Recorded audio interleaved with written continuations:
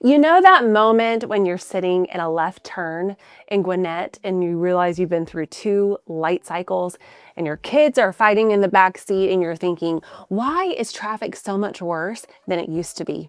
And then later that night, you're scrolling your phone, not even telling anyone you're doing it, but you're on Zillow and looking to see what's new on the market in Jefferson.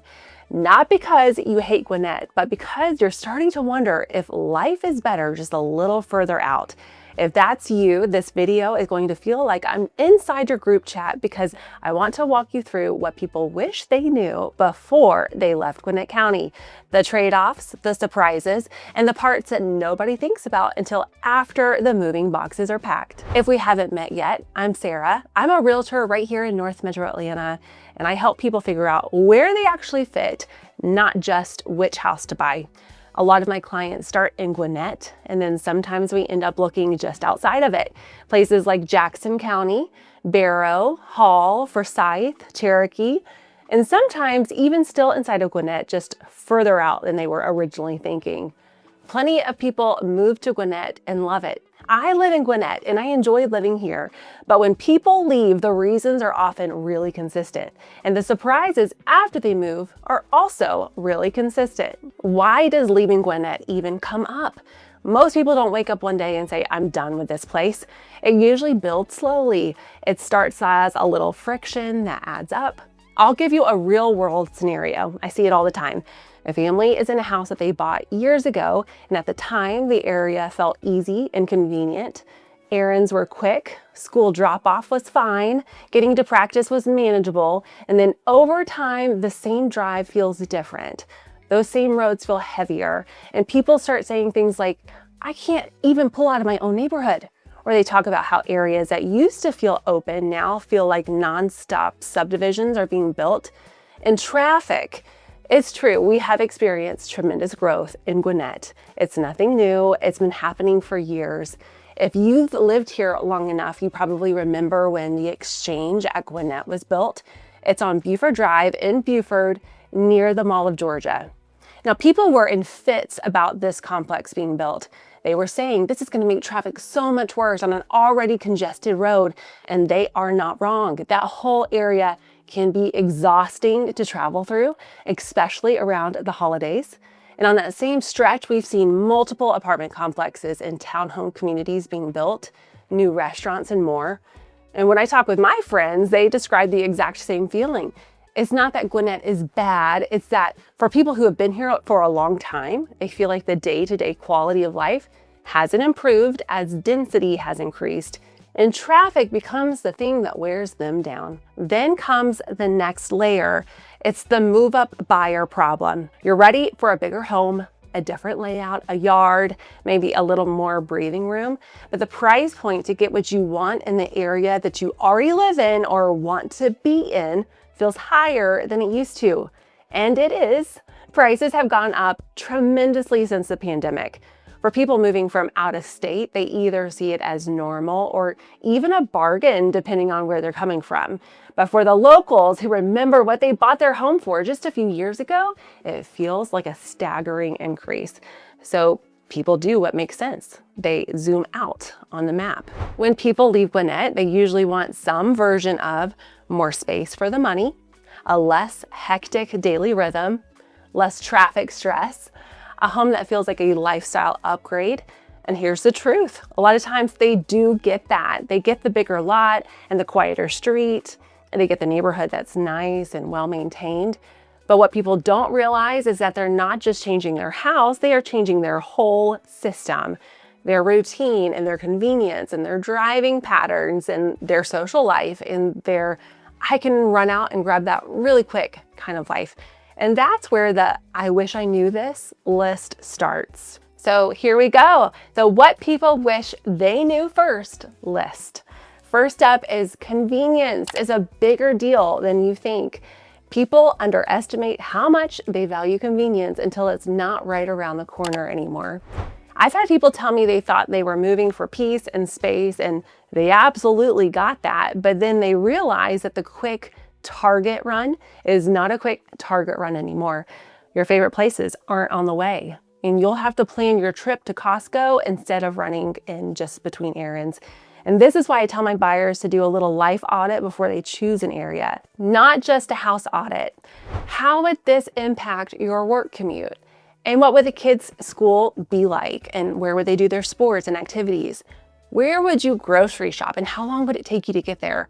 Where are you going to hang out on a normal Saturday or go to church on Sunday? Because if your life is built around being 5 minutes from everything, moving somewhere that requires more driving can feel like a bigger shift than you expected. Second up, less crowded can mean still developing. Here's a surprise that comes up a lot. Some people leave Gwinnett because it feels crowded and they head towards an area they believe is more rural or more open, and then they realize development is still just literally following them.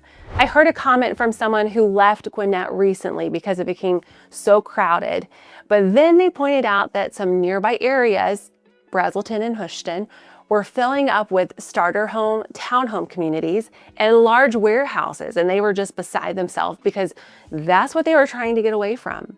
And honestly, that tracks with what a lot of people feel across the metro area. Growth pushes outward. We've seen that as people leave Atlanta and go into the suburbs. That's also why Metro Atlanta, that term, keeps expanding. A few years ago, I posted a video calling Braselton a suburb of Atlanta, and the responses in the comment section showed that apparently that was a very divisive thing to say. But now I don't think that seems so far-fetched. Development follows highways and commutes, so when someone says, I just want to be somewhere that's not getting overbuilt, I always say, let's talk about where growth is headed and how it's showing up, because not all growth feels the same. And if you're really trying to beat it all, you may have to go even further out, areas like Dawsonville, Pendergrass, Commerce, Calhoun, or maybe those North Georgia mountains. Now, some areas are growing with mixed use communities, parks, and intentional planning, and others are growing with big stretches of new construction and commercial buildup that can feel more industrial. It is what it is. So if you're going to make the move out further, make sure you know what's happening and what's being planned in the area. If you move, you also need to know your commute, and your calendar will change more than your house. Most people think about distance in miles, but they don't think about how that extra 15-minute commute adds up on an everyday basis. For example, a couple moves and gets the bigger house they wanted, but a few weeks in it, that's when practice nights set in, and now that means more time in the car. School drop-off is a different direction, work is a different commute. So again, it's not a bad thing, but make sure you think about an average Tuesday's commute versus a slower Saturday morning.